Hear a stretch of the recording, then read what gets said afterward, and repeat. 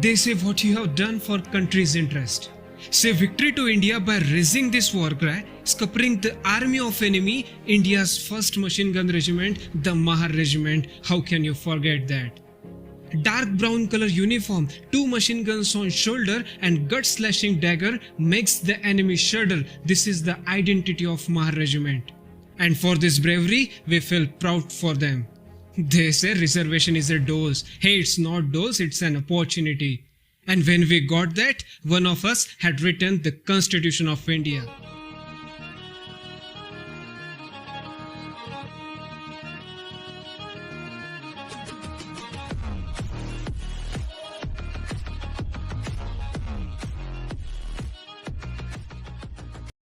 कई सवर्ण व्यक्तियों के मुंह से सुना है, जन्म के संयोग से मैं भी सवर्ण हूं, मुझे आरक्षण का लाभ नहीं मिलता था। मैंने अपने समूह के बहुत व्यक्तियों से, जैसे मेरे परिवार में, परिवार का मतलब पूरे खानदान की बात करूं, सब आरक्षण विरोधी हैं। मैं आरक्षण समर्थक हूं और धूमधाम से समर्थन करता हूं। गालियां खाता हूं सबकी, लेकिन करता हूं। उनको समझा नहीं सकता। उनमें से कुछ लोग समझने की अवस्था पार कर चुके हैं, कुछ उम्र की वजह से, कुछ दिमाग की वजह से नहीं समझ सकते। तो मैं भी ज्यादा प्रयास भी नहीं करता, लेकिन हाँ कोई भिड़ जाए तो फिर भिड़ जाता हूं साथ में, क्या करें। लेकिन आप लोग अभी उस अवस्था में नहीं कि समझने के से पार हो गए हैं। आप तो समझ ही सकते हैं। आप तो अपने चिंतनशीलता के एकदम चरम स्तर पर इस उम्र में है। यही उम्र सबसे अच्छी होती है समझने के लिए। तो एक तर्क सवर्ण समाज की ओर से अक्सर आता है, 70 साल से आरक्षण दे रहे हो यार, कब तक दोगे? कितना आरक्षण? 50%। कितने लोगों को? तो इसका मोटा मोटा उत्तर यह है कि भारत में SC, ST, OBC, महिला, विकलांग, इन सबको मिला ले तो जनसंख्या बनती है 90%। 90% आबादी को 49.5% आरक्षण 70 साल से हम दे रहे हैं, और इस बात से बहुत लोगों के पेट में खलबली मची हुई है। ठीक है, मत सकते, कोई खास बात नहीं है। दूसरी तरफ का तर्क, दलित विमर्श का तर्क यह है कि भाई ये बताओ, 3000 साल तक पढ़ाई लिखाई पर केवल ब्राह्मणों का हक था, 100% आरक्षण था। 3000 साल तक 100% आरक्षण, सारी पढ़ाई लिखाई। ब्राह्मणों की संख्या कितनी? 10%। 10% समुदाय ने 100% सीटें घेरी 3000 साल तक, और अब 70 साल से परेशान हो रहे हैं। व्यवसाय की दुनिया में वैश्य समुदाय का लगभग 100% आरक्षण रहा। इस पर तो कभी नहीं बोला किसी ने। और 3000 साल के जबरन किए गए आरक्षण के विरुद्ध समतलीकरण के लिए, इक्वलाइजेशन के लिए, लेवलिंग के लिए एक जरा सा प्रयास वंचित वर्ग के पक्ष में क्या हुआ कि पेट में ज्वालामुखी फटने लगे। इतनी क्या बेचैनी है भाई? तर्क भी तो हो, खाली हवा में थोड़ा ना होगा कुछ। मुझे पता है युवा छात्रों को काफी नाराजगी, मुझे सीट नहीं मिली, कम अंकों वाले किसी को सीट मिल गई, ये सभी चीजें। लेकिन हमें यह समझना चाहिए कि हमने इस देश में हजारों सालों से बहुत से लोगों के साथ इंसानों जैसा व्यवहार नहीं किया है। आज भी अगर आप गांव में जाएं तो वो एक ही कुएं से पानी नहीं भर सकते, वो रेस्टोरेंट में एक ही कप से चाय नहीं पी सकते, उनके कप अलग होते हैं। वो कुछ गलियों में जा नहीं सकते, वो मंदिर के सामने चल नहीं सकते, उनके मुर्दा शरीर गांव से गुजर नहीं सकते। अगर आप लोगों के साथ ऐसा व्यवहार करें और उन्हें कुछ विशेष अधिकार देकर अपने बराबर ना लाएं, तो ये अन्याय होगा। शूद्रों को तुमने 5000 साल में इतना दबाया है कि उनके विचारों के समान अधिकार का सवाल ही कहां उठता है।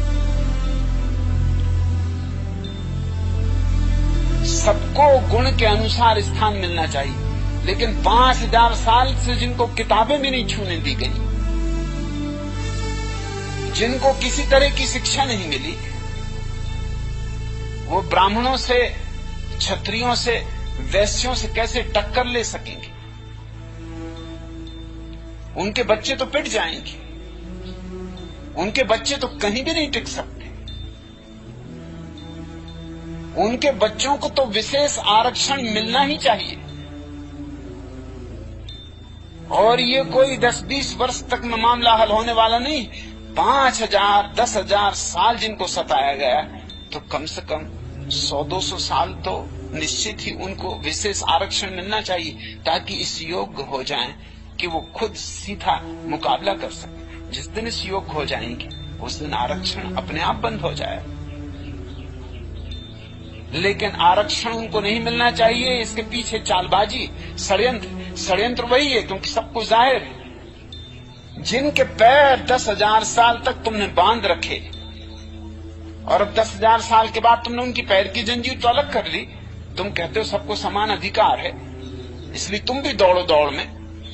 लेकिन जो लोग 10,000 साल से दौड़ते रहे हैं, धावक, उनके साथ जिनके पैर 10,000 साल तक बंधे रहे, उनको दौड़ाओगे तो सिर्फ फजीयत होगी। ये 2-4 कदम भी न चल पाएंगे और गिर जाएंगे। ये कैसे जीत पाएंगे? ये प्रतिस्पर्धा में कैसे खड़े हो पाएंगे? थोड़ी शर्म भी नहीं है इन लोगों को जो आरक्षण विरोधी आंदोलन चला रहे हैं। और ये आग फैलती जा रही है। अब राजस्थान में पहुंच गई, अब मध्य प्रदेश में पहुंचेगी।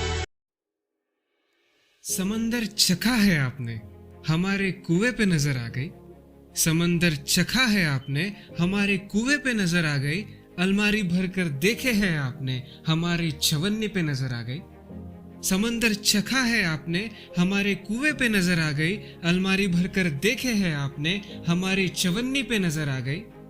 5,000 चली है गाड़ी, 5,000 चली है गाड़ी, हमने 70 क्या चलाई, पेट में मरोड़ आ गई।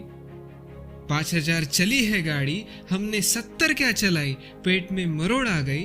जुल्म करते समय जात देखी, फिर गरीबी की बात कहां से आ गई। ऊंची जात का गरीब या नीची जात का गरीब, रिश्ता चुनने की बात आ गई। ऊंची जात का गरीब या नीची जात का गरीब, रिश्ता चुनने की बात आ गई। किसे चुना जाएगा सारी दुनिया जान गई, किसे चुना जाएगा सारी दुनिया जान गई। फिर गरीब को जात नहीं होती, यह अफवाह कहां से आ गई। This all were the opinion of apolitical people.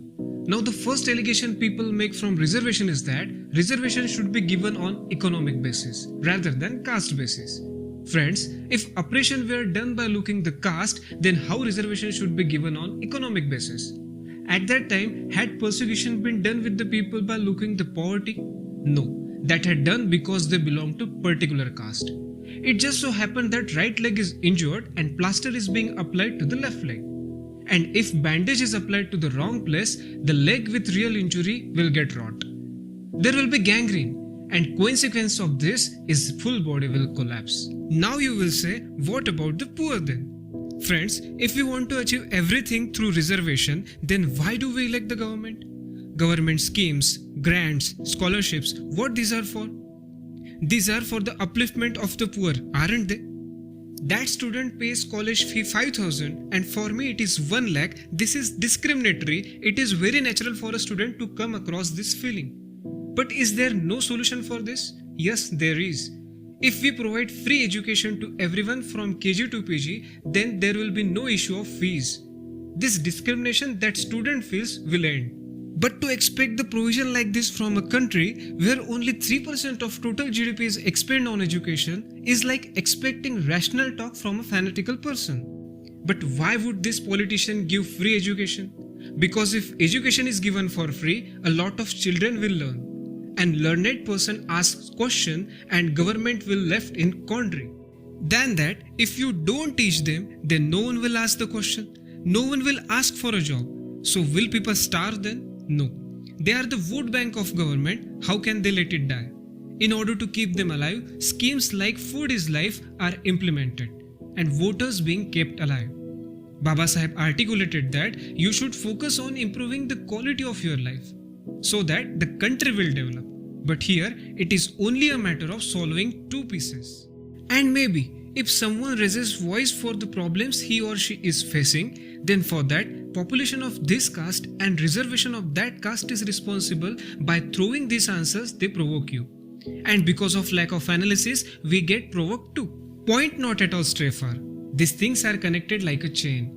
While studying this, I came across a leader who assured to provide free education to everyone from KG to PG.